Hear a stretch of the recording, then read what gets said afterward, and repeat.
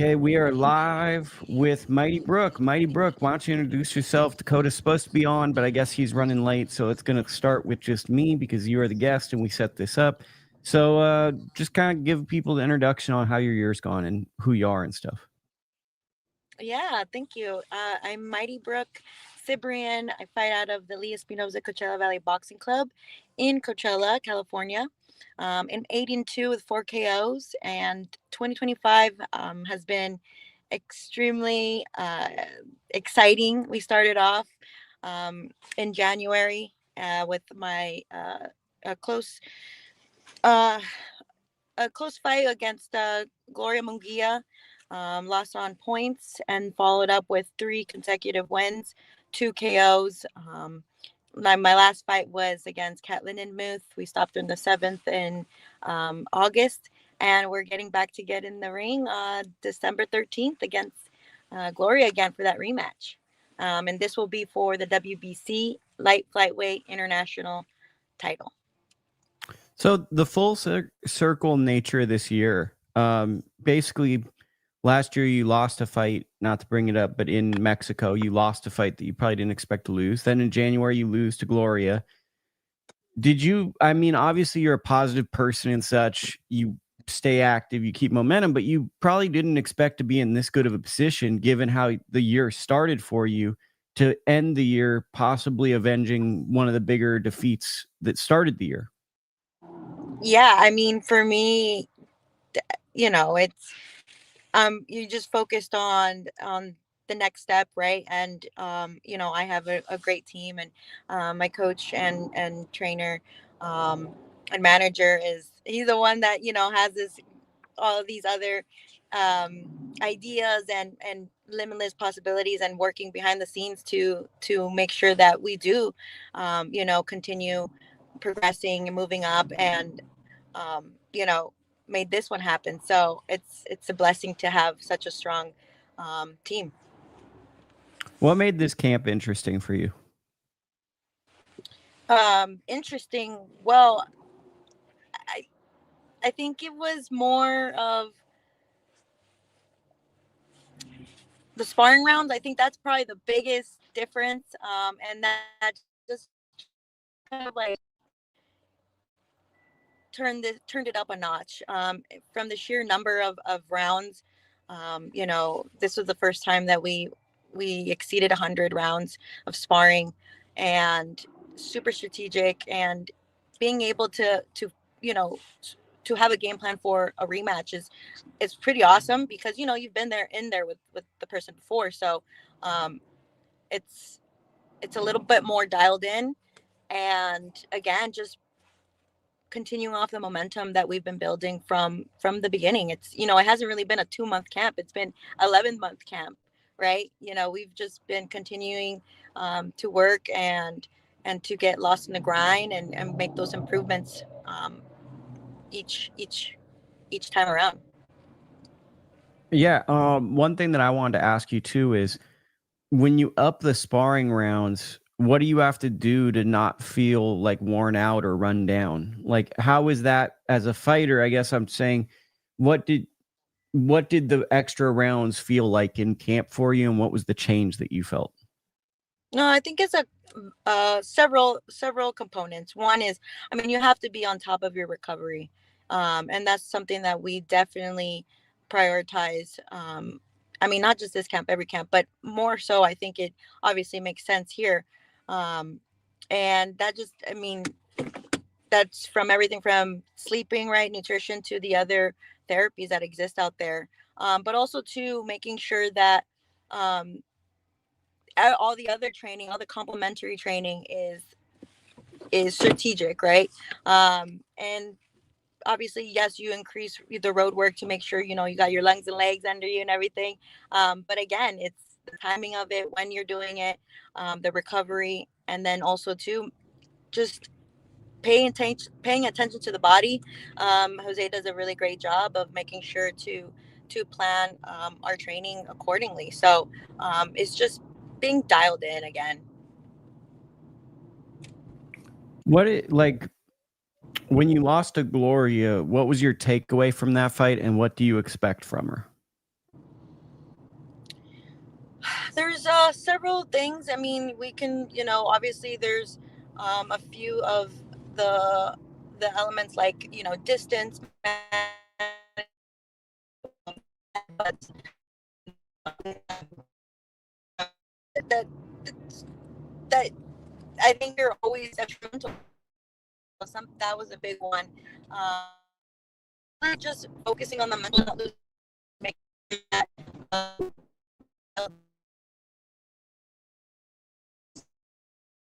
right after that fight. I mean, we sure to incorporate that in every single training and fight.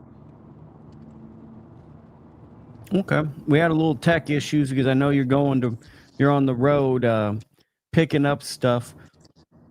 I guess one thing I'd like to ask you too is kind of what's this journey been like with Mega? You came to boxing late.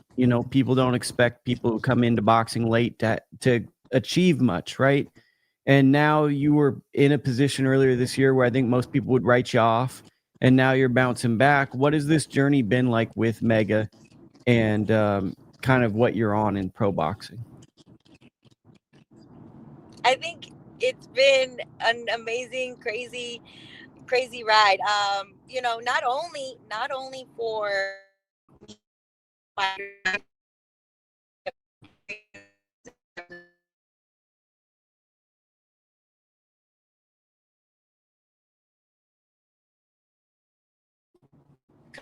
woodworks and just being new to the game. For me, sure. Yeah, the service is getting a little rough there, so we might end up having to cut this interview a little short because we're getting to that point. What does it feel like to fight on this type of card? Can you? What is it? Can you hear me right now? I can hear you right now. So I guess another thing I wanted to ask is, what's it like fighting on this type of card? Badou Jack, title fight, Los Angeles. What are your feelings going into a card that you feel like a lot of people, or at least some people, are going to have their eyes on? Yeah, I think it's definitely. At first, I really didn't understand. I guess I was just saying like, oh, okay, this is. I guess I didn't understand, or maybe it was a little surreal, the magnitude of the fight. But now that we're getting closer, and it just hits a little differently, and it's like, whoa, I'm actually gonna be on a sick card. Things that you're watching on others do, and you're like, wait, that's actually gonna be me up there, and I'm gonna have such an amazing overall experience, even from the production, right? The production that the people at home are going to be able to experience and see. Because I mean, we fought like in TJ, or the bar of TJ where there's maybe a Facebook link, or that's choppy. So but from all elements, it's going to be an amazing fight, and an experience, and also too for the cause. It's just a privilege to be able to come back and continue working with them, and raise awareness for mental health. So I think that's all really great. But now that we have really good service, I do want to come back to the question about what's been with Jose, Coach Mega, throughout this career.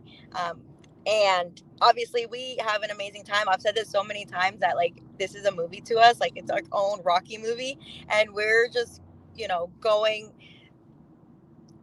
full throttle for it, and just enjoying every step of the way. I mean, I think about it the way that I came into this, like no real expectations. Yes, I said if I'm doing this, I'm doing it 110%. But really, like, I didn't really know what my growth potential was until I started doing it. And Jose too, I mean, being a young coach, new to the pro ranks as a coach, it's been difficult in a lot of ways. Obviously, there's a lot of criticism, and there's a lot of other elements, nuances to it that makes it difficult. But one thing that we said from the beginning is we're sticking this through it, and we're gonna learn together. We're gonna grind together. We're gonna have the highs and the lows together. And with that attitude, I don't think it could be any there. You just gotta love it. So Okay. What was the most humbling pro fight you ever had? Like in terms of a setting, like one of these Mexican TJ fights, maybe, but set the stage of some of your humble beginnings.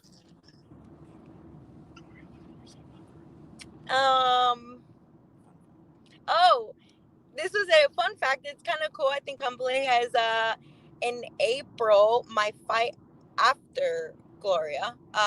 We were in a bar in Tijuana, and we got there first into the locker room, and it's super small, like a little 8x8 room, and we're talking about like small room. And then comes in Gloria and her team, and we're sharing the same locker room, and we were fighting on the same card.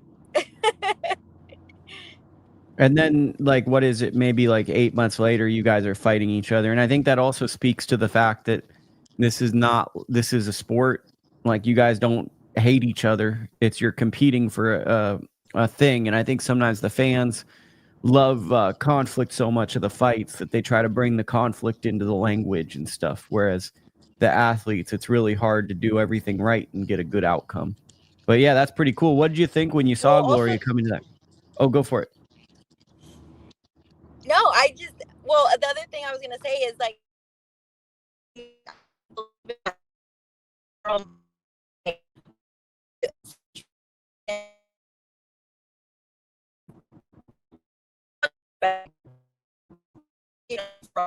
willing to get in the ring with you, but also too, I mean, the business of this is brutal. So there's you got to respect it, and also too, like,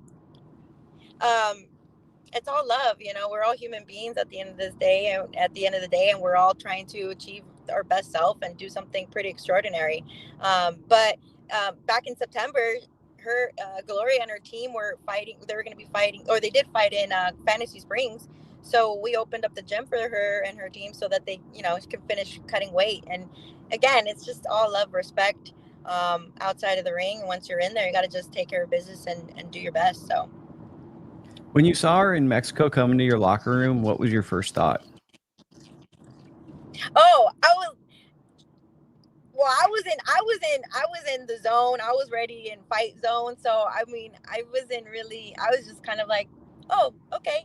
And cordial, of course, but I wasn't paying any mind to it or anything. It was just kind of like, oh, it's just a funny thing too, for a split moment where it's like, 1 minute you're here and then next minute we're in TJ. So again, nothing's guaranteed, and yeah, like nothing's guaranteed, and you got to do what you got to do. And but also too, I mean, that was a cool experience because it just keeps you humbled. And again, it just, you have to, each opportunity, you have to look at it like it's like the biggest one, because again, like, yeah, last fight we were up here, and then next we're in TJ. So again, it was interesting. But yeah. Any thoughts on last night's pay-per-view fight, if you watched any of it? Because I'm about to transition over to like talking about the fights. We're gonna let you do what you're doing. But a lot of people want to know about Lamont Roach Jr. and the Pitbull fight, and also Shock Foster was a big performance. Do you have any thoughts from a boxer's perspective on any of those bouts, or if you don't, no biggie either? No, yeah, we watched it. Shock Foster masterclass, incredible. I think I definitely neutralized him, and I mean, he did his thing. So it was kind of unfortunate to see Fulton kind of just lose the focus and just slowly just fall apart. I immediately saw it as a fighter. I was able to recognize it, and it's just unfortunate that he couldn't kind of like get himself together and adjust and have an answer for Foster. But shout out to Foster, he did his thing. And Lamont Roach and Pitbull, a lot of people, like, that's the thing with the casuals, and they're always like, robbery. Like, it's not a robbery, because it was a really close fight. And like, yes, Cruz had his moments, and in the beginning I really thought that Roach wasn't like respecting him as much, and and he was too lackadaisical. But then Cruz kind of like got tired, or I don't know, kind of like slowed it down in the middle rounds. It was interesting to see him kind of like do his little like boxing. Shout out to him for trying to, you know, like add more to his arsenal and showcase it to the people, even though some of them won't even appreciate it, because, you know, there's always that. But I think it was an amazing fight. Like, it was an awesome fight. And yeah, I think Cruz was really he was really successful when he started using that jab. So if he could just do that more. But yeah, I think it was great, and it was cool that he got that knockdown, because they really shook it up.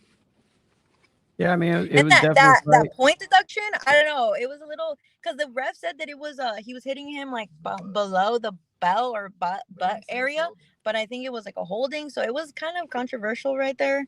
Either way, I think it'll make for a great rematch. Yeah.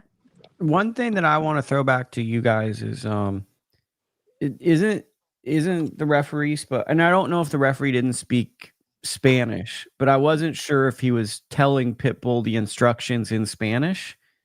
And if like you're unaware of the foul, if it's just a hand gesture, that was a gray area to me of how much like obviously you know what a foul is, but the point deduction kind of came quick, and I wasn't sure if he had gotten a verbal warning that he completely understood. Which I don't know if it is or isn't. I'm not saying it's definitive, but I was wondering if he was being told things in Spanish, because I assume Pitbull speaks better Spanish than he does English. Yeah, I didn't notice it. So, I mean, no, he didn't get the warning. I don't know. I don't recall him speaking to him in Spanish. So, yeah.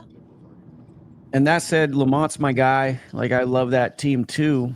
And it was a great fight. But like, to me, the reffing in that fight was just a little weird. The ref was too involved a little bit at times. I think there was a sequence where I forget who it was, but they were about to pounce and the ref was in the middle. So there was a break in action because the referee was actually in between the fighters. I would say the fight never got flow. And when it started to flow, the referee always felt to be a storyline in it. Not to criticize, but we have to bring up all elements of the fight, you know? The other thing too that I found interesting trust me, I haven't watched like every single Roach fight before, but something significant between the last one and this one was that he was also losing focus, like talking to Cruz's corner, like mouthing off. He was like really trying to like talk to the ref a lot, and it was very Tank-esque. And I'm like, that was something that. So I'm glad you brought that up, because I actually have an observation, and I'll say this will transition this into the segment kind of about breaking down this fight. But I think part of that is like a letdown, is like the emotion of like he had a Tank fight, he doesn't get the rematch, he's going into a fight with Cruz, who's a tough fighter, but it's not as sexy of a fight, right? And now it's almost like Tyson Holyfield, where this guy's headbutting you and hitting you on the hip. And I think that was like a combination of like, okay, this guy's fighting me dirty. It's not as easy as I thought. Yeah. And also, like, I feel frustrated that I've had to wait so long. Like, I had a good fight in March, and I had to wait. So I think that was like the emotion of everything he was going through, and then kind of feeling that he was in a hard fight. I feel like it just kind of boiled up, because it was like he got headbutted a lot early in the fight. And like with Pitbull, it's like you got a little tiny fire hydrant in there with you. It's not like you can blame him at times, because it's what he does. You know, he comes forward aggressive. But I think that he was losing his composure because of just everything he'd been through this year. That's just my observation. Yeah, I could definitely see that. I mean, and then getting dropped and ever, right? I think that was the first time ever. Yeah, and like the way he got dropped too, like I think Pitbull got him, but like in a fighter's mind, like that was a 50-50 call. So I feel like that's like where you start to feel like, is this the round from hell? Is this the fight from hell? Is everything going against me tonight? What I thought was impressive for Lamont was, normally guys fight like that and it goes downhill. He actually steadied the ship. So in the second half of the fight, he took his emotion out of it, which I thought was really, really impressive, because normally that gets worse and worse and worse. and he actually got composure in the second half of the fight. Yeah.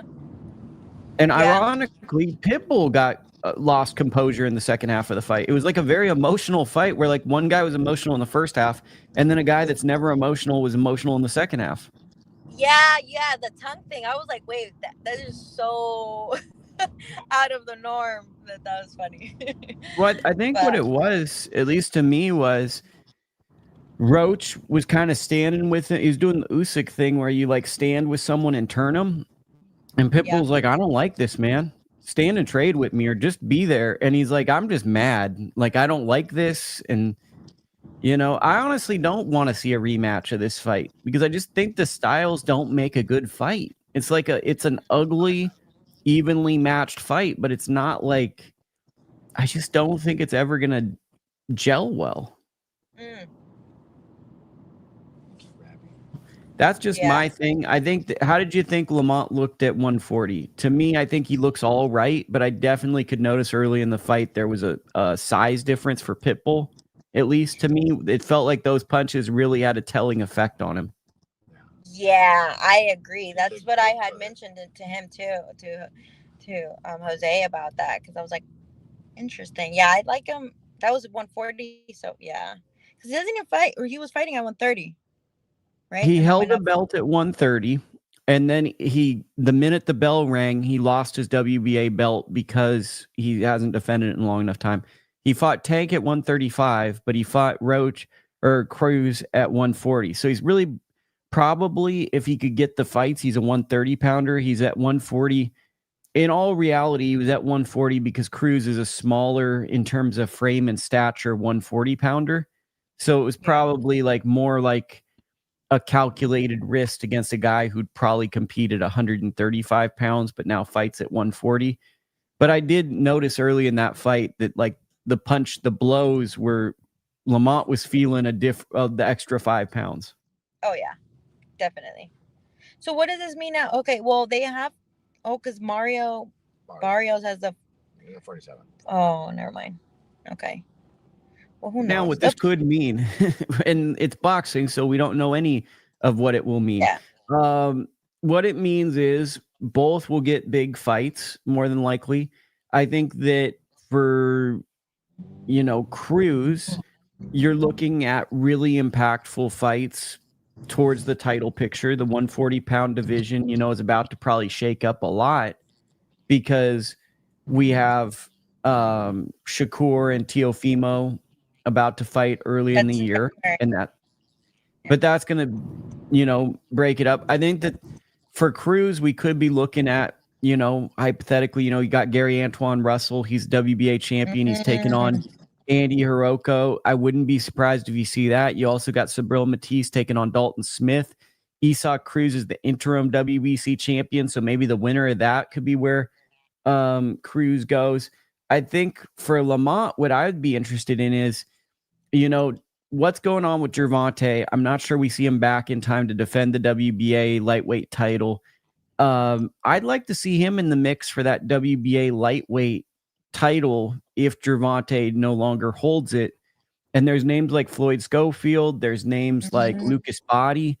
Those are kind of the ways that I would rather see it, is like Gary Antoine Russell, power puncher, but also aggressive. Isaac Cruz, that's a good style matchup. And seeing where Lamont could go. So that's kind of what I see. Yeah. Wow. Love it. Thanks, Lukie, for that. Okay, there we go. Well, let's see. Oh, they want to know, the chat actually has some questions for you before I was going to let you go. What is your take on Terrence Crawford's WBC situation? The chat wants to know that. Oof. It's okay to say no comment. Yeah, this is my comment. Everybody has their own opinions and their own situations, and I can't speak for somebody else. And I'm excited to fight for that WBC international title December 13th.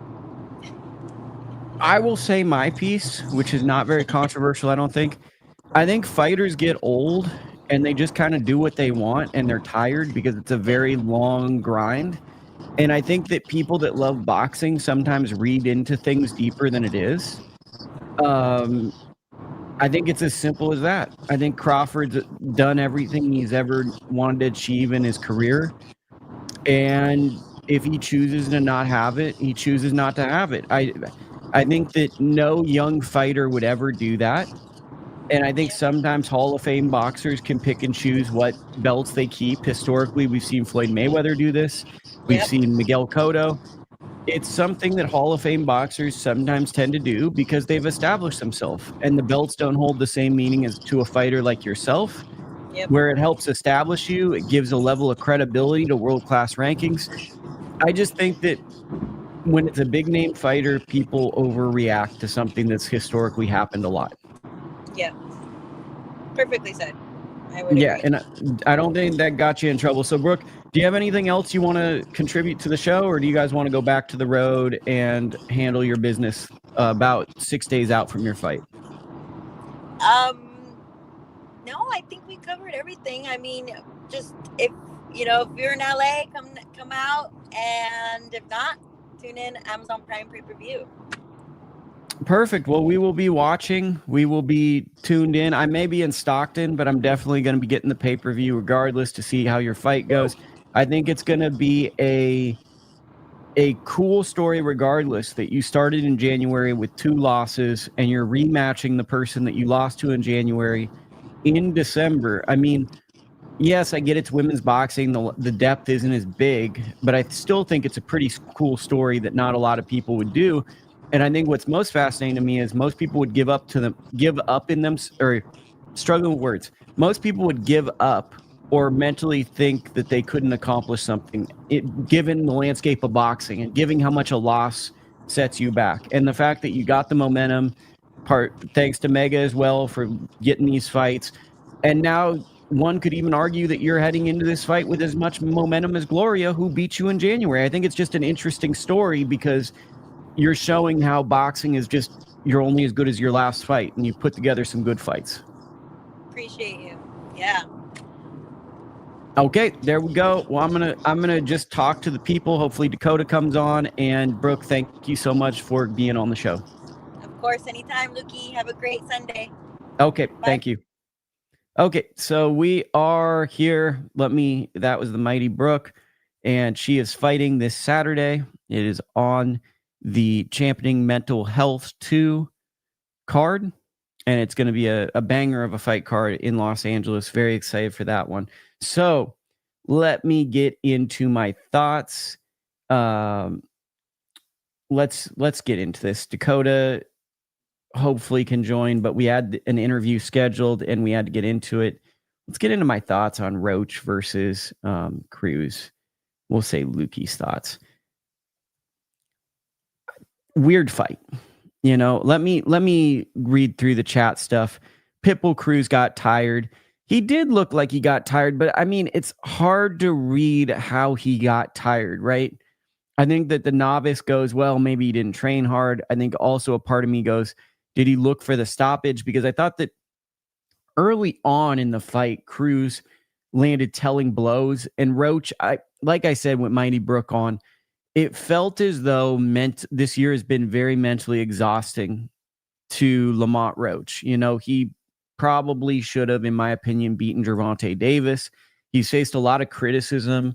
He's embraced social media. I think the streaming app called Twitch, which maybe I should embrace because it might do better than my YouTube, but just kind of work within my own means. But he's really embraced these things, right? He's gone in, and I think when you brace things against a very popular fighter, you face a lot of criticism because people go, oh, screw this guy.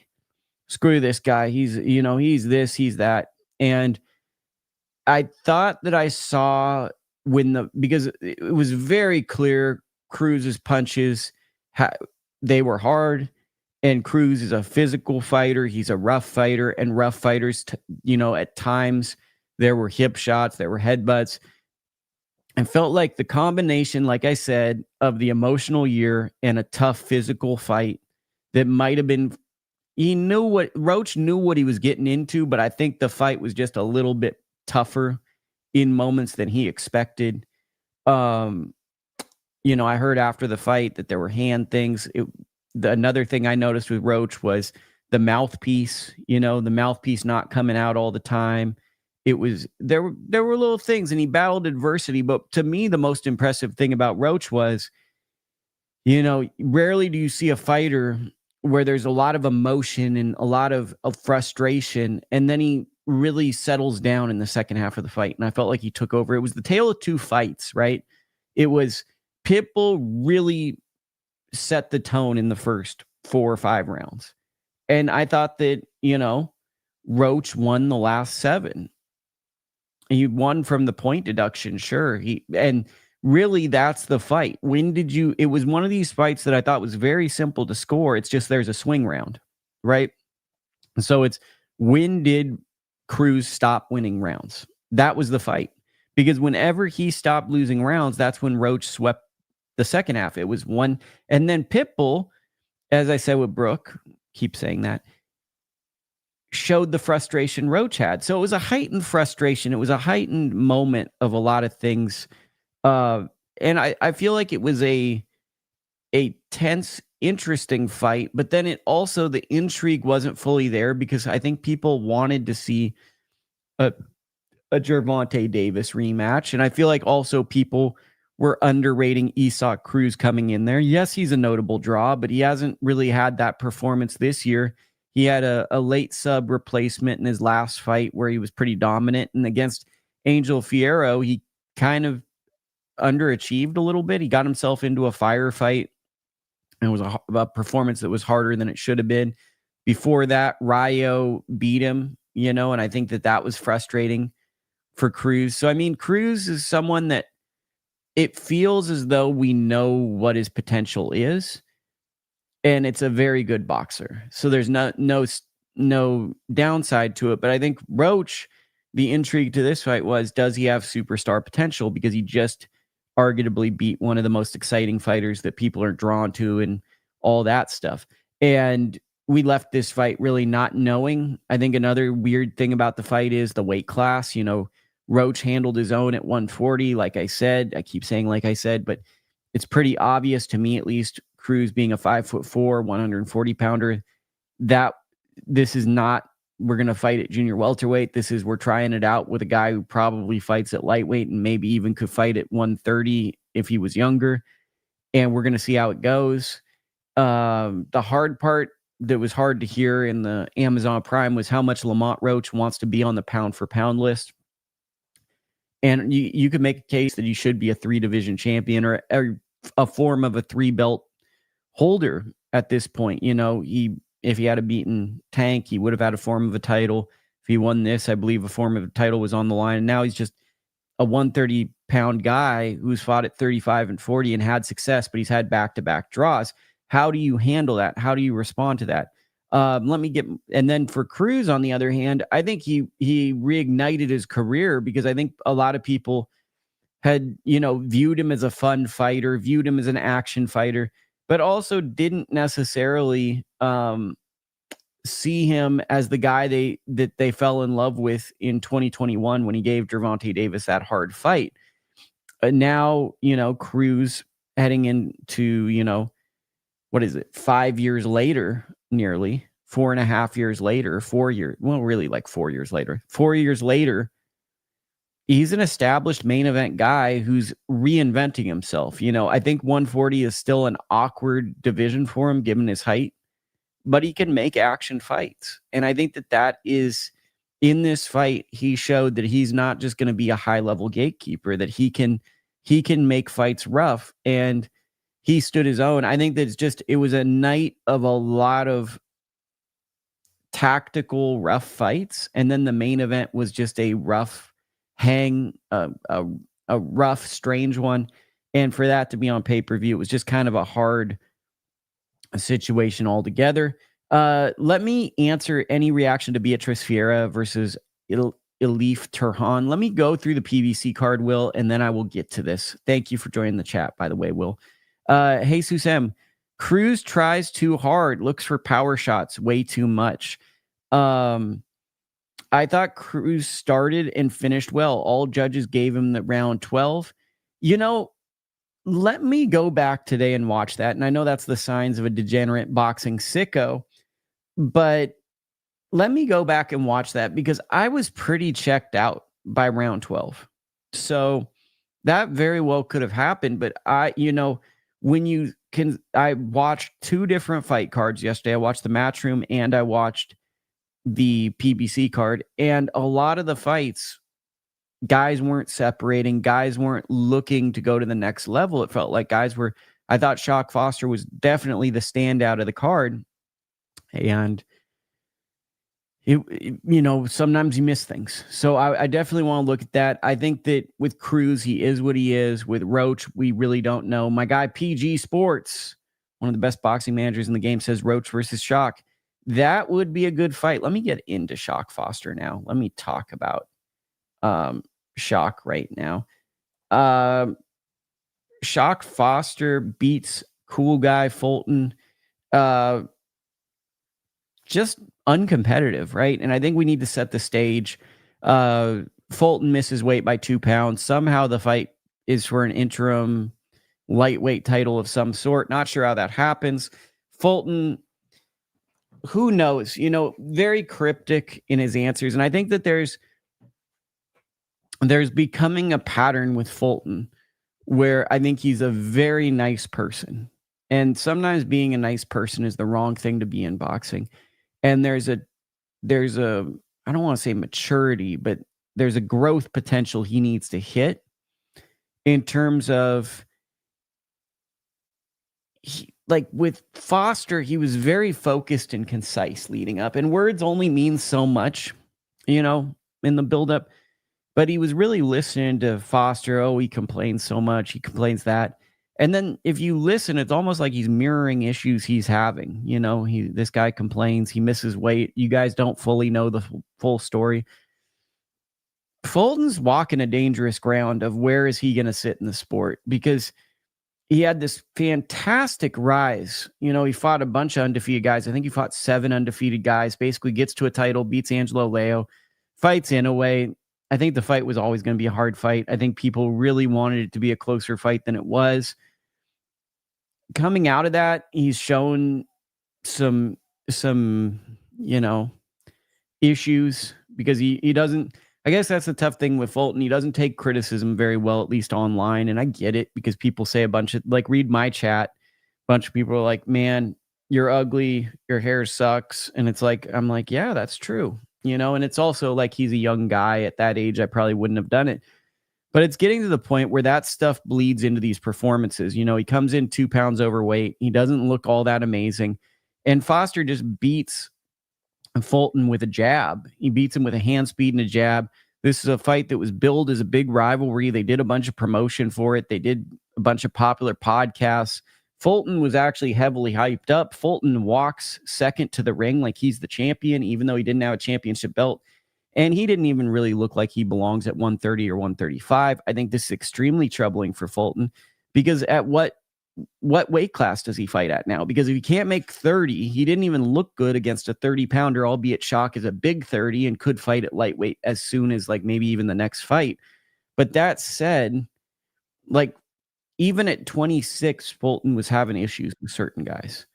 So, Dakota jumped in. So we're going to go. We got my guy, Dakota. We already did the Mighty Brook interview.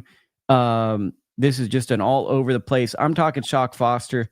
Do you want to go in on the Lamont fight at all, or are you good?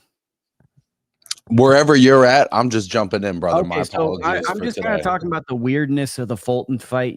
Cool guy Fulton misses weight, kind of a lethargic performance. One could say a cool guy performance. He was just kind of in there hanging, and for a fight billed as a mega fight, Foster just simply outclassed him. Quite obvious Foster's fringe pound for pound level fighter, but for Fulton, a guy missing weight, he didn't look like he should be at 30, let alone 35 going into this. What did you take away from this? The first thing I noticed with him immediately was he just wasn't very reactive. And then, Shock is switched on from the beginning. And so as the punishment starts to mount, it's just getting worse and worse for Fulton. And he just never got himself into the fight. And it just looked like a guy who was outclassed and maybe wasn't entirely prepared. And I think that Shock is not somebody who's going to come in not ready. So if you're not ready to be, with your foot on the gas from the opening bell, it just seemed like he got mugged early and just couldn't get himself into it. And I think you're right. I think it's like if you're one of the best of the weight class of 130, of 126, wherever he's gonna ultimately campaign, these are the kind of fights that you at least have to compete in. And now in both of these instances, both with Inoue and Shock, it just hasn't happened.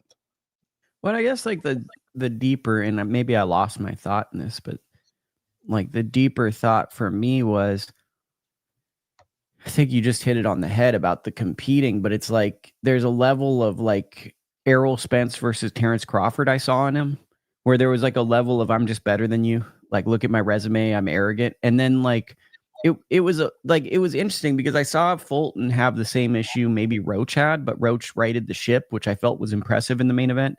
But I felt like Fulton felt like I'm better, almost condescending in some of these interviews. Like, look at my resume, I'm so much better. And then they do it with like some guys from the neighborhood and they'd be like, look at his resume, he's really good. And he gets in there and it's not going his way. And he's like, dude, what's going on? I'm supposed to be beating this guy up. I'm supposed to have like a really awesome time. People are supposed to be praising me. I felt like Roach in the main event, the fight felt like Holyfield Tyson 2, where it was like, oh, this is the fight from hell. I'm getting hit on the hip. I'm getting headbutted. I'm talking to the ref. I get dropped. I don't agree with the drop. And then he rights the ship. And then he bounces back, which I thought showed a lot of poise for a young fighter to be able to have that. For me, I think Fulton, there was a little bit of the Spence Crawford to this, where I think that he really underestimated Foster and Foster didn't underestimate him. And he couldn't believe this fight was going the way it was. Well, and listen, if you're so great and your resume is so great, like then you'd come in on weight, particularly when you're going into a new weight division, right? You're already naturally 122 pounder. You're fighting 8 pounds above, where you were at your best, and you're still coming in overweight and making it a lightweight fight.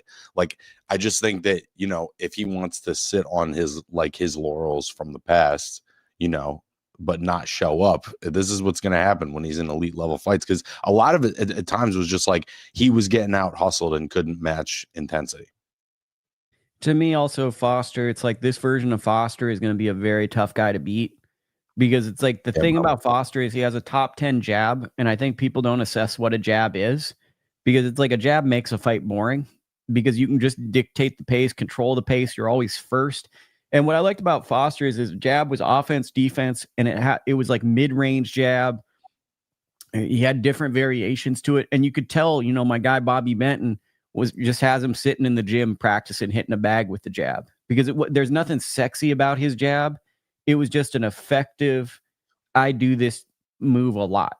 Mm-hmm. And it was like, you know what I mean? Like it was just an effective, we're setting the tone. And if you're not going to do anything, I'm going to be jabbing you. And there's a level of composure that's impressive to me. Like, I think that what impressed me most about Shock was it wasn't just the jab. It was that he stayed in a boxing stance and he's popping a guy with a jab. And he's like, you talked about focus and all that.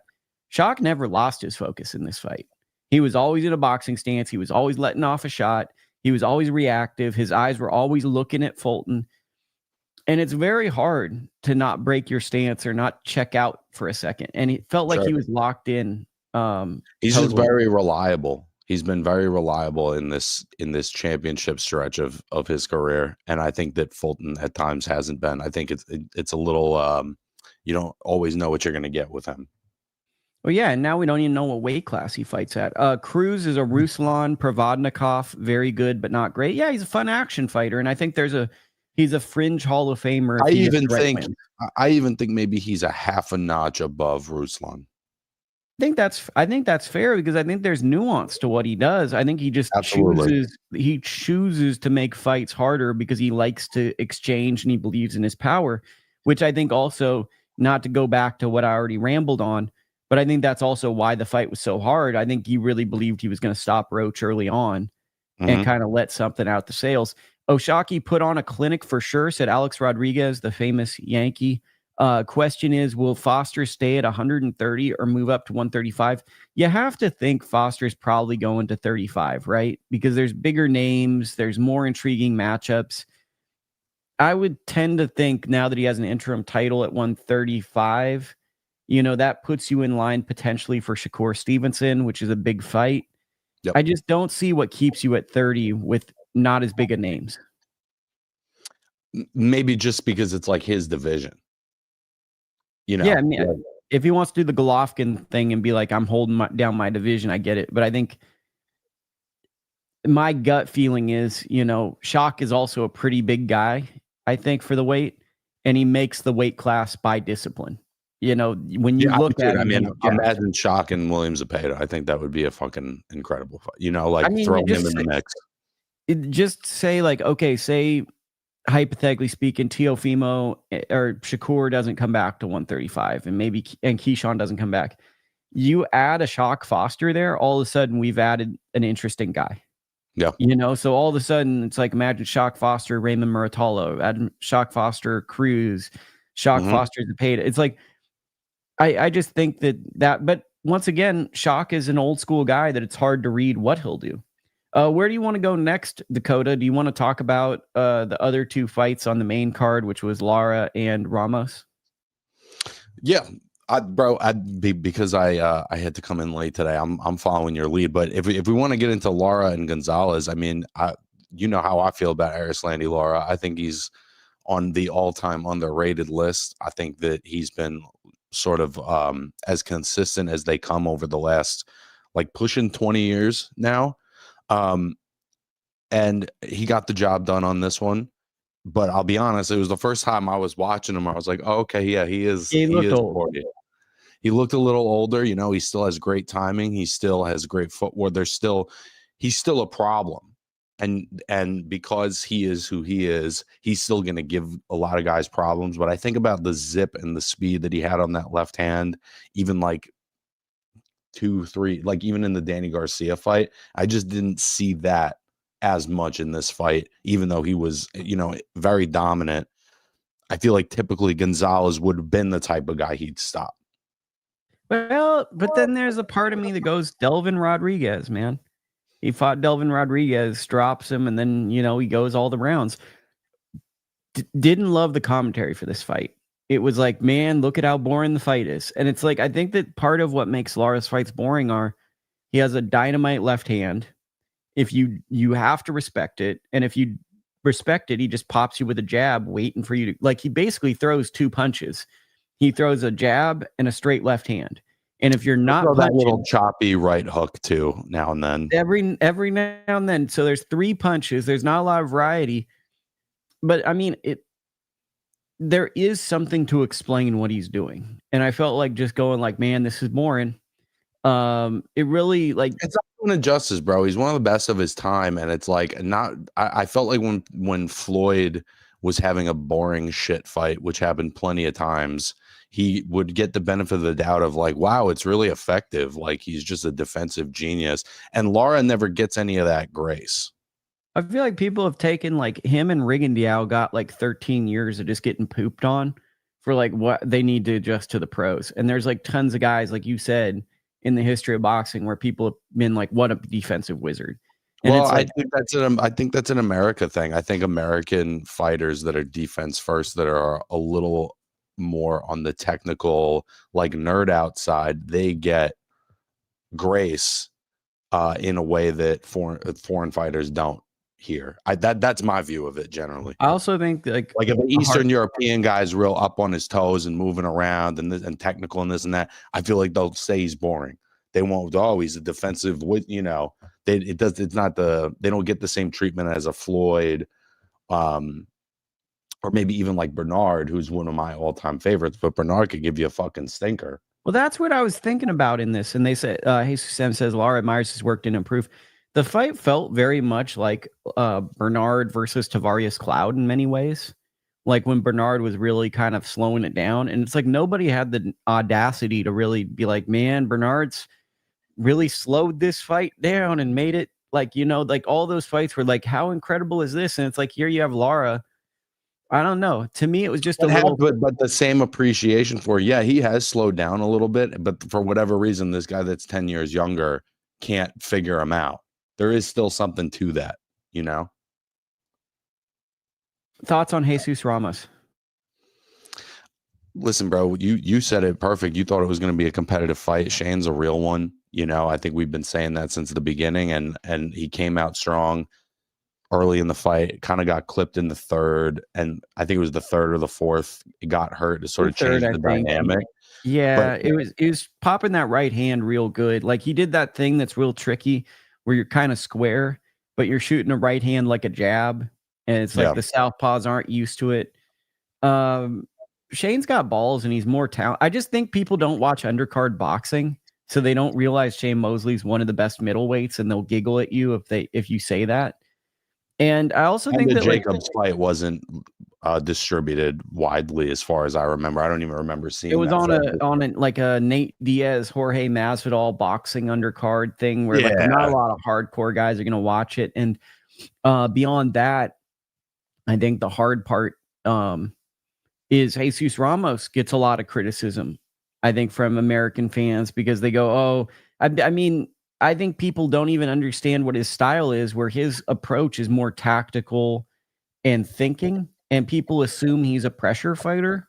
For some reason, he's had moments where he presses the action, but I think he's a more thoughtful, cerebral fighter who is very strategic. He's closer to Diego than he is to Bam. Yeah, you know? Exactly. And it's like you have two fighters where I think most people don't have a good read on who they are. Like I'd say like Jesus Ramos to me feels like an improved version of Jesse Vargas at this point. Like he probably has a little bit more, but he's like that type of fighter, a patient workhorse. And I can't even compare Mosley to anybody. He's just a fighter that grows. And I feel like a lot of people were down on both guys going into this fight. And sadly, it's a tough competitive fight. Like I told girlfriend Lukie, this is the type of fight where if you're in there sparring, you probably think this is the most exciting fight because you're engaged every second of every round because there's so much coming at you and so much. And then you're on the outside going, it really was not that exciting. Like this is what it looked like, because it felt like both guys felt like they were really exchanging and that it was going. I thought Jesus looked great, man. Like I'm sure that there's like, you know me, I'm not an internet man, but I'm sure there's a take of like, the Shane's not that good, so therefore Jesus is not that good. I thought he looked good, bro. I thought he looked very sharp. The counter left hook, the check hook was beautiful. You don't see Shane getting hurt every day, and Jesus had him buzzed a couple of different times. I don't know what there wasn't to like about the performance. He just like beat a really good fighter. To me, Jesus is a main event fighter. He needs to main event. Yeah, bro. He's just a main event level fighter. And it's like, to me, this was a main event level fight. That was a undercard fight. And the only reason it kind of might get dismissed was because it wasn't high enough on the card. This is my a boy can dream moment, right? Like, what if it was just like Bam and Jesus on the same card, like the way Golovkin and Chocolatito used to do? I think that would be incredible. Yeah, I mean, that would be good. Frank Martin gets a really scary knockout over Rancis Barthélemy. Anything to take away from it? Definitely. Listen, bro, how many people are getting their fucking highlight tape off of Rancis? I mean, I thought that Frank looked great in this fight. It took him a second to adjust to, like one of the most awkward fighters of the era. And then he laid him out. I don't, I can't even remember seeing Barthélemy hurt outside of the Ramirez fight. So, you take an opponent that nobody looks good against, you get arguably the knockout of the year. Like that's, if you're trying to make a statement, that's how you do it. So I thought he looked great. Yeah, I mean, it served the purpose, right? And it's like probably a little ticked off that he's not on paper. Didn't you kind of see it the same way I did, where I was like, this definitely I thought it was going to be an ugly majority decision. And I thought that like early on it was going that way because Frank wasn't really liking that jab of Rancis. Like he started finding that angle though in the third. He started finding that little angle off his combinations, like right at the beginning of the round.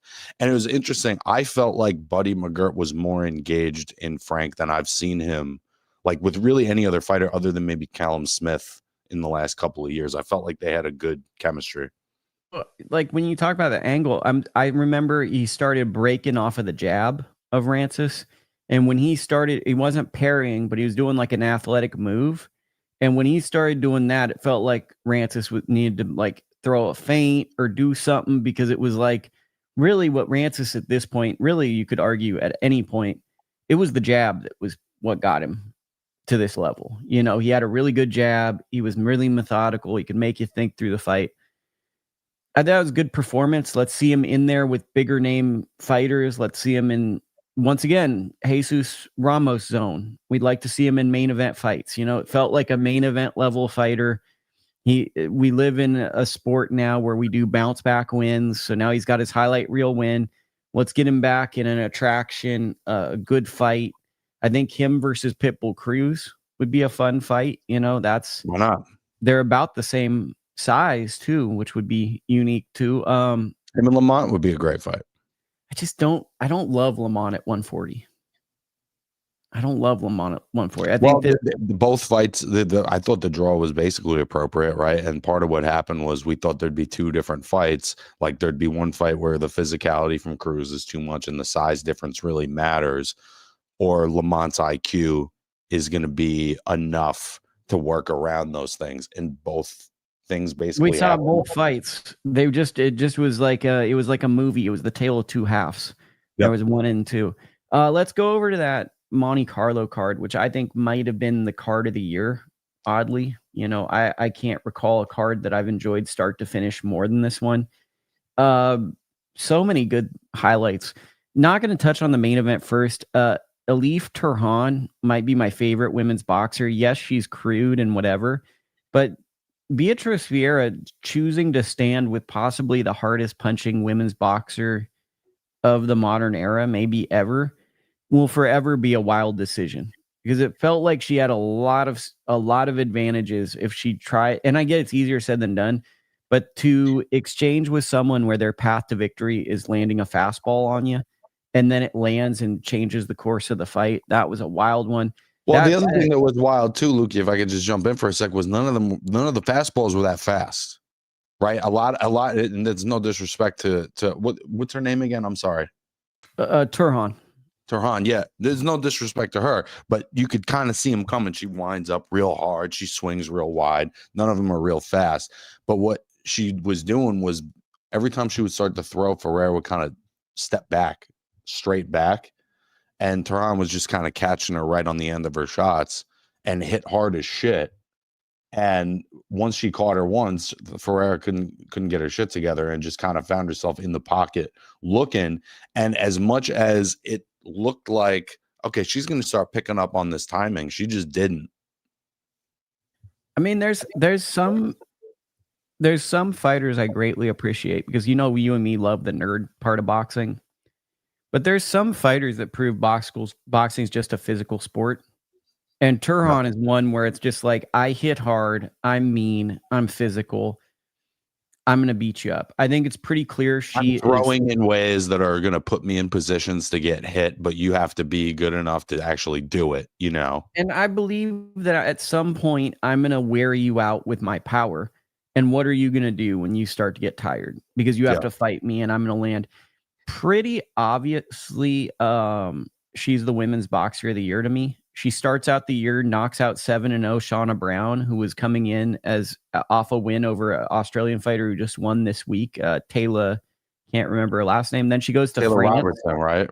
No, not Taylor Robertson. It's like Taylor Jensen or something like that. Then she goes to France, fights at 130 pounds, knocks out a French contender to become the WBA 130-pound women's champion, and then moves up to 35 to fight Beatriz Ferreira and knocks her out. So that's 3 knockouts, arguably all as a B-side fighter, all basically on the road. This was the only fight she didn't go on the road. I don't see how you could give it to any other fighter in women's boxing based on that. Yeah, I mean, dude, Ferreira just looked so shocked. You could see it on her face. She just looked so surprised. This is the type of fight that I think can kill a fighter's confidence. Because absolutely. Because I think that there was a huge level gap here. And I think Ferreira could possibly be like, what went wrong? Like this is the type of thing that you kick yourself about, because it's like, and then you start to question, or legitimately, does the chin hold up after a fight like this? I mean, she was getting hit clean a lot, bub. I mean, she definitely showed a chin to some extent, but the way like that final knockdown, like you don't see that type of knockdown in women's boxing where someone crumples. Like she was withstanding punches and then her legs just gave out and she fell. And it was like that was getting to the point where like I thought that was going to be a brutal one punch ender. Well, and there is an element of it too where it's like somebody at Ferreira's level you would think would be able to adjust to somebody whose offense is I don't want to say it's like rudimentary because it's not, but it's predictable. You know she's swinging wide. You know she's throwing chopping overhand shots, and there just wasn't the adjustment.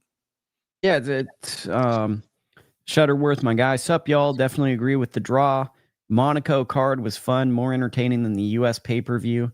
I agree with that. What did you think of my guy Conah Walker upsetting Pat McCormack? Well, I won't lie. Unfortunately, the Ferreira fight was the only one I saw, but I was aware of that result. I was very surprised by that. I'll be honest. And you know, we've talked about Conah Walker. I think he's a really great what I thought was that he's a really great gatekeeper, but clearly he's more than that. Because I thought that. Oh, I was going to say Pat McCormack is one of my favorite prospects, but there's one kryptonite to Pat McCormack that I've seen over his developmental fights. He does not handle pressure fighters who are smaller than him well.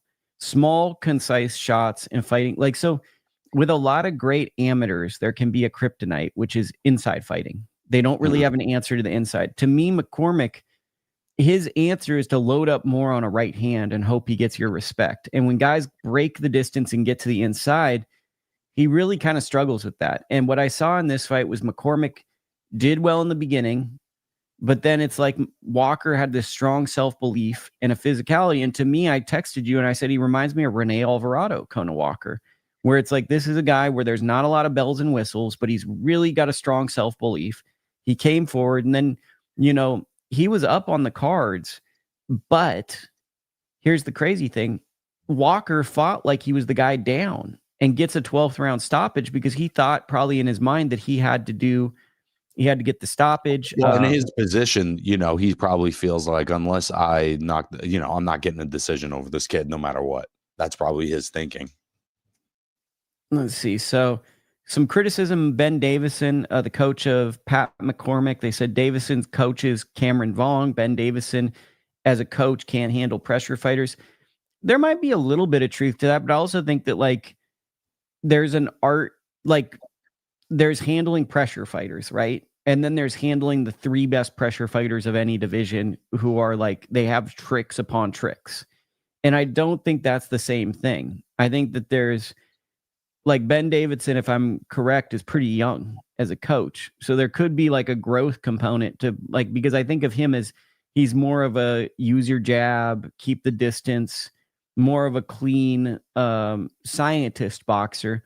And some of the growth I think that comes from coaching is you have some ups and downs and you learn some tricks in the losses. You learn some, and I think that for me, when I first started on this boxing journey, I loved the guys that were on the outside. I love the outside fighters. These are the best fighters in the world.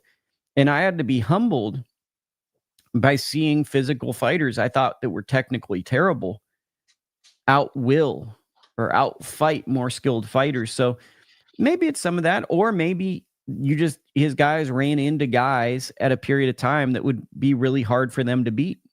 And maybe we give the coach too much credit at times. That's another thing. Maybe the coach gets them in shape, gives them a little bit of game plan, but some of these guys just naturally struggle with that. And there's only so much a coach can do. Well, and I also felt like, you know, he did a pretty good job of coaching Tyson Fury to his first, you know, major fight back against Wilder. And I felt like his ability to keep Fury locked in for the entirety of that fight, at least for me, it definitely like changed or helped define how I look at him as a coach. Because I felt like that was an impressive moment, especially with how young and inexperienced he was. Inside fighting is a lost art nowadays, Shutterworth said. Let's also Shabaz Masoud beats Peter McGrail. Pretty fun fight if people didn't watch it. Really good fight. Lomachenko. McGrail started so fast and it looked like it was McGrail's night. It's kind of like the same as Roach versus Cruz. It's all McGrail the first half and it's all Masoud the second half. Masoud gets a unanimous decision. Tough break for Peter McGrail, who is someone I think a lot of British fans expected to be a title contender, but now he fills probably the spot that he's most dangerous at, a tough high-level gatekeeper where he totally could upset guys. Yeah. But I remember him coming out of the Olympics. There was a lot of excitement around him, and there was that premature comparing him to Lomachenko thing. That always cracked me up. And when guys stand tall on the inside cutting an angle, that's not Lomachenko.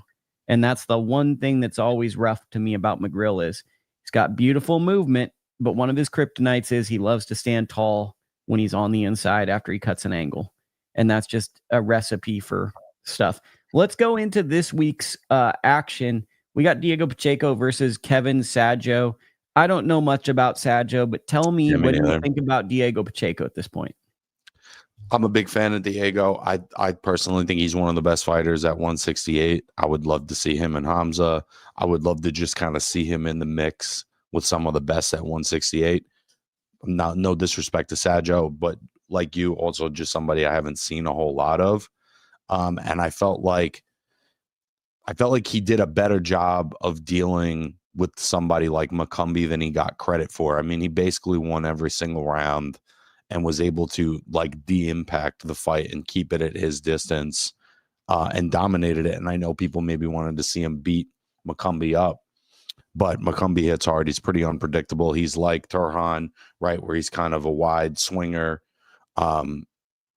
So I'm looking to see him continue to be one of the best in the division. I think guys with good jabs never get credit. Unless it's part of the thing, unless part of the package. Like, do we ever hear people go, Dimitri Bivol, man, that guy's got this great jab. He's this great fighter. I mean, Tyson Fury, he has one of the best jabs in boxing. Do we ever hear people go, man, the way Fury dictates a fight with a good jab? Richardson Hitchens, Devin Haney, we never hear about the jab, right? And Pacheco, how does he dictate the pace? How does he control it? He knows what his physical body's supposed to do. He's 6'4". He's a big guy. He smacks you with the stick. He sets the pace because it's almost Lara-esque where he hits you. If you break the range, I'm going to throw a right hand or a left hook. And he's able to stay composed and disciplined.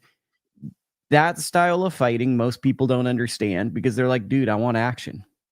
I'm tuning in. I want action. I don't want to understand what you're doing. It's a tactical and technical thing, but it also relies on the viewer to be competent. And I think that Diego gets underrated because people don't want to understand how he's winning in such an effective manner. I think not all of it, but some of that is the internet because those are not clippable elements. Like having a good jab, knowing your distance, that's not what cuts clips. Yeah, it'll remind me of what Willie Monroe Jr. once said to me about a fighter. He said, this is a guy that you have to watch a full fight to understand how good the fighter is. Yeah. And we're in a 30-second Instagram world. So it's like the guy's not going to be popular because you have to really digest a 45-minute fight to understand why they're good, as opposed to like, whoa, look at that. He landed that right hand and did a cool dance. And then like the song comes on. Shutterworth, we hear enough about all those guys' jabs. Fury's jab underrated, though. I think that like for someone, we live in an era of a lot of smoke and mirrors and a lot of like influencer, sensational opinion stuff to get attention. And Diego's very old school in that he's effective, he's good, and he's kind of soft spoken and flies under the radar, which. Obviously, like Diego Pacheco fight week coming up, I should be there. A lot of people are probably just going to ask him like the same stuff because it's not like there's crazy headlines coming out about Diego fight to fight. It's like he's a very professional fighter. He stays in the gym. He just wants to win a title. Like, you know what I mean? He's not everything about the Diego Pacheco experience is kind of similar to the way he fights. It's, I'm here to win. I'm here to be great. My jab is effective. And I think that that's what also makes this fight kind of hard to talk about is Kevin Saggio, a very good fighter, is also just a credible contender who's probably the best available opponent, but it's also not like a sensational name that stirs up drama. It's just someone that's been grinding overseas and is a good person to move you up in the ranks. It says Pacheco with which coach? I'm not exactly sure. I know he's no longer with Jose Benavidez Sr. I'll find out that this week. But what do you think of my observations about Pacheco like that? I think all of it's fair. I think that part of how, there's a couple of new kind of, I don't want to call them boogeymen, but there's a couple of new studs at 168 in this kind of post Canelo era.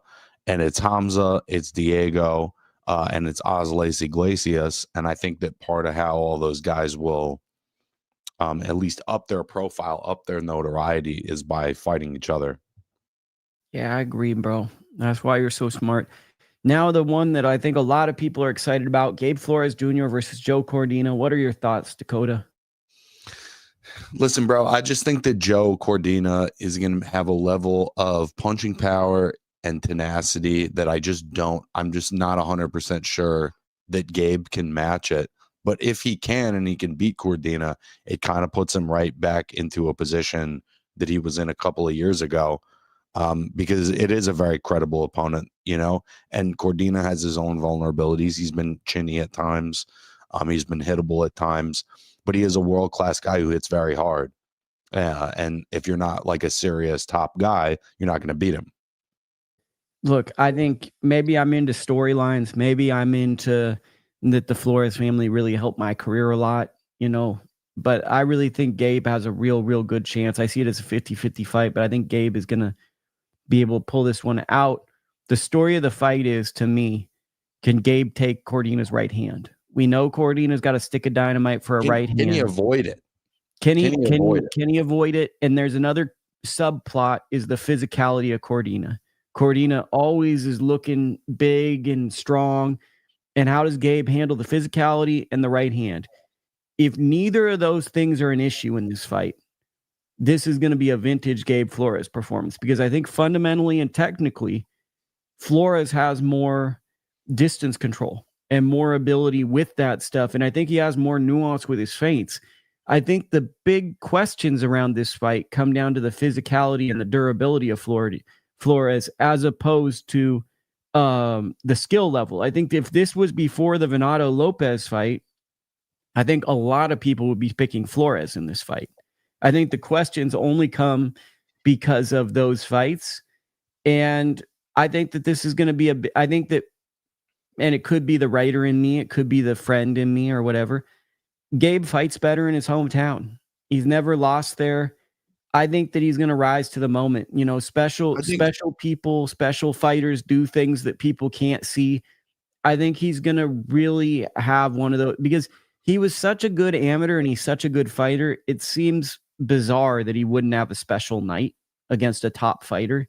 And it feels like this is lining up for him to have a real special night. And, I don't know what the fans know or whatever, but there was a tragic moment in Stockton, once again, gun violence. It's setting the stage for Gabe to be kind of like a symbol of hope for Stockton. And whenever he's been the symbol of hope for Stockton, he's always risen to the occasion. Once you could tell me to piss off, though, and you could be like, that's all sounds fine and good, but what about, the here and now? But I just feel like he's one of those guys that when it's really certain situations, he's going to do it. But then once again, Cordina is someone that I highly rate, and I think he's very formidable, and I think a lot of people are underestimating him. I think the one thing I would be concerned about, I feel like I know he can take the right hand, right? Like he took a lot of hard shots from Venado, and so I think we know he's got a chin. Well, what me as an outsider who is not connected to him in that same way, what I would be worried about is, has he already taken too many clean shots to where, Cordina's physicality and punching power will be such a problem, and that Flores will not have made the adjustment to avoid it. I think that's I don't want to see that he can take it. I know he can take it. I want to see him avoid it. It's the fight of the night, right? It's the most intriguing fight of the weekend. Also on the card, Sky Nicholson. I almost said Nicholas, like a golfer. She's fighting on the undercard at 122. And your guy, Ernesto Tito Mercado, is taking on Antonio Moran. Moran off a win over Maikwan Williams. What are your thoughts on these fights? Yeah, that's a great fight. It was funny. I was thinking about it. Mercado hasn't fought in a bit, and I looked it up and I saw that this fight was happening. You know, Maikwan Williams, we thought very highly of at one point. He's also proven to be a little bit inconsistent at times himself, but that's a great win. Really like Mercado, and it's been cool to watch Sky at 122 pounds really become like this puncher, and become somebody who's a little more confident in her ability to actually hurt you with her punches. She was very much a back foot fighter who had some pop at 126, but now we're seeing her become like an aggressor, and that's been a fun progression to watch. Yeah, I mean, for me, Mercado, I love the temperament of him. He's got the temperament of a fighter. He's not one of these, I'm going to be polite and stuff. I think Moran represents a level of fighter that he hasn't seen since Nakathila. Sure. Maybe Pedraza fits this bill, but it's Moran's really coming confident into this fight, having such a big win. He's got more momentum. He's got more momentum, and it's in Mercado. Arguably, he's been stop and start lately. This is going to be, is Mercado ready for that world-class level? Because if he has a definitive dominant win, this is a world challenger, a world champion challenger. Sky, to me, I'm curious about the demeanor. I really like seeing mean Sky Nicholson. Like her being spiteful and angry was a much more interesting experience than Sky.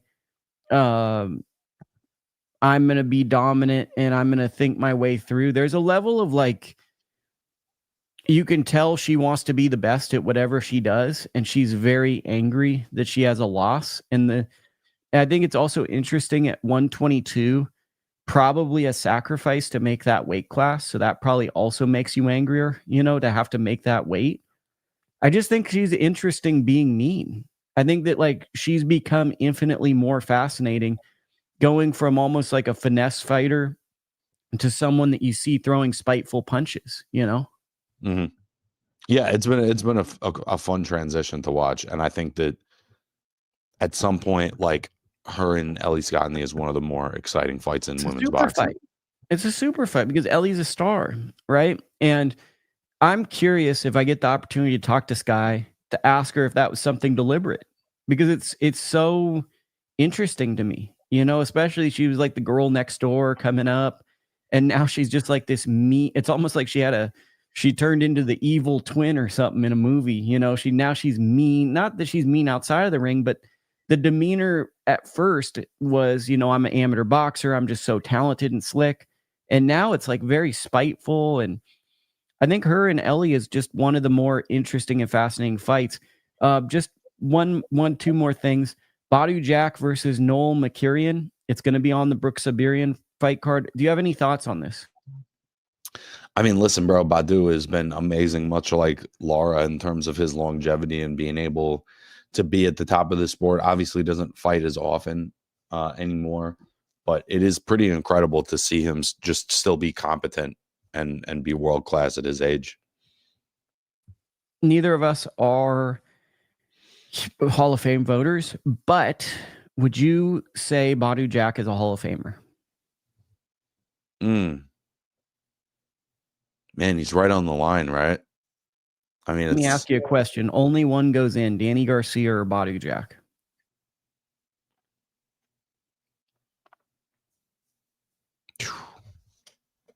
I think I might have to go Danny.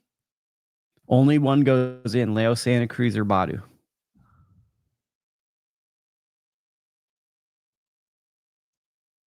It's so tough, right? Because the longevity is like in some sense more impressive than individual nights or individual performances. But when I think about Badou's best performance, it's like a draw with Adonis Stevenson.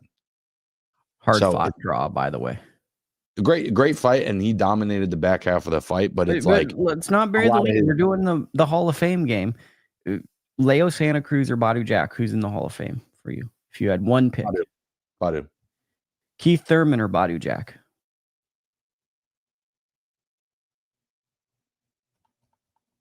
Keith. Errol Spence Jr. or Badou?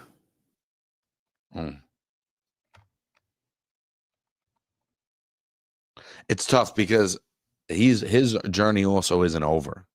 So if he does this until he's 45, I think he probably does sort of pass. It's like Bernard outlasted guys that beat him. Like anybody that beat him, he outlasted them.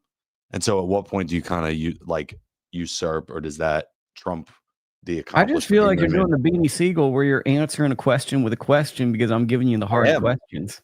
Yeah, you're just trying to change the subject, you know. No, I'm giving you my thought process. Okay, let me think of one. Another guy that's from his era.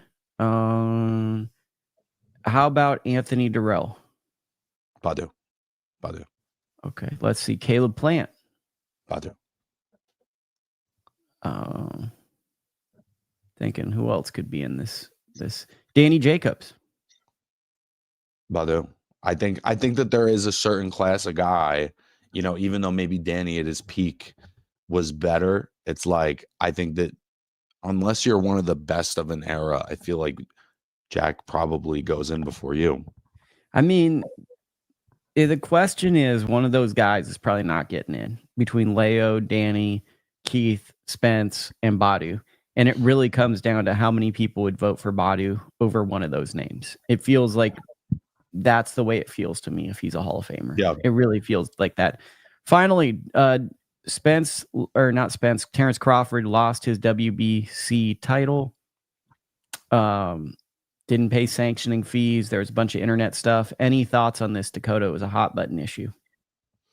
Give me a little more context, because I know that he was stripped and I know that he's angry, but give me a little more context. Just, you know, the WBC had a convention. They were frustrated. He didn't pay some fee amount. He had his own opinions on that.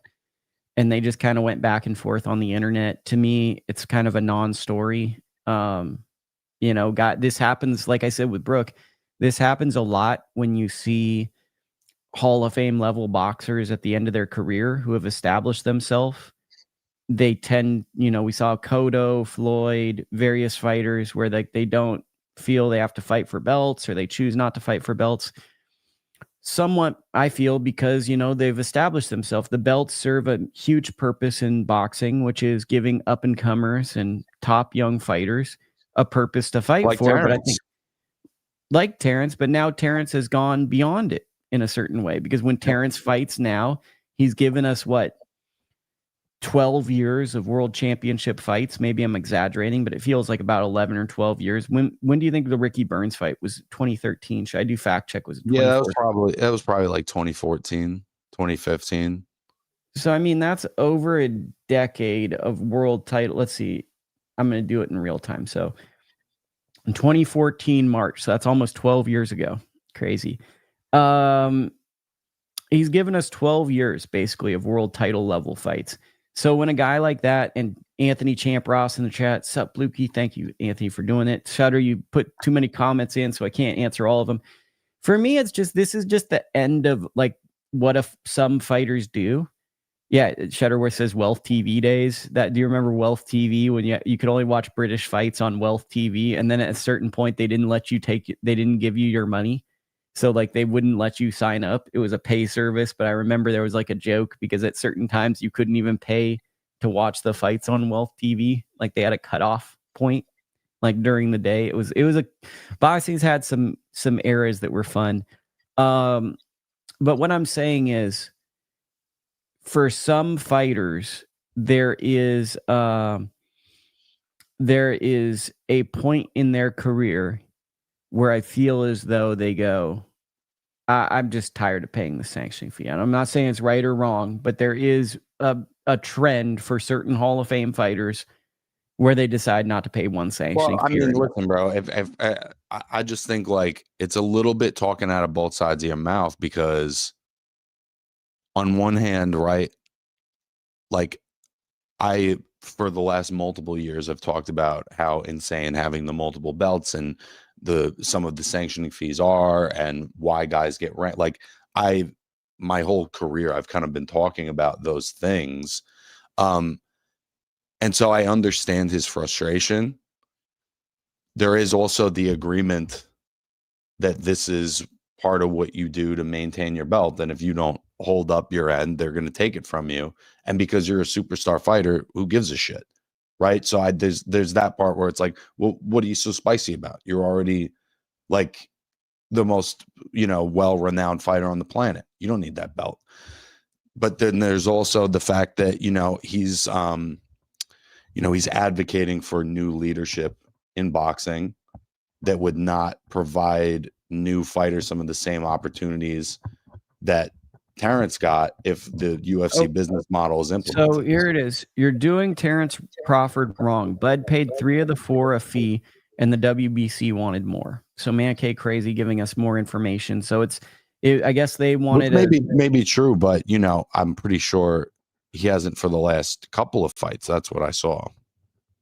I don't know. We won't go much further than that because I don't know the information, and there's enough people just saying stuff. All I'm saying is he can be frustrated with them, and that's perfectly justified, but don't pull the ladder up behind you. That's all I'm saying. Champ Ross, I'll be at the fights next week in Stockton. Hope to see you there, bro. Been too long. Yep, had some good long cards too. That is our show this week. Really long one. Hope you enjoyed the interview with Mighty Brook Sibrian. We're going to do more interviews soon, so just keep popping in. Dakota will be back next week, and we are going to be breaking down the fight card that you guys can't wait for Dakota to break down. Jake Paul versus Anthony Joshua. Dakota's been kicking his feet up and really excited for that one. So, Dakota, what can people expect from you this week? You can always follow me at the Slip and We Podcast on YouTube and Instagram. You can follow me at ITR Boxing. You can always catch me on the Lukie Boxing Show. Usually, I'm able to be there on time. So you'll see me for an entire episode if this is the first time you've tuned in. Okay. We'll talk to you guys later. That is the show.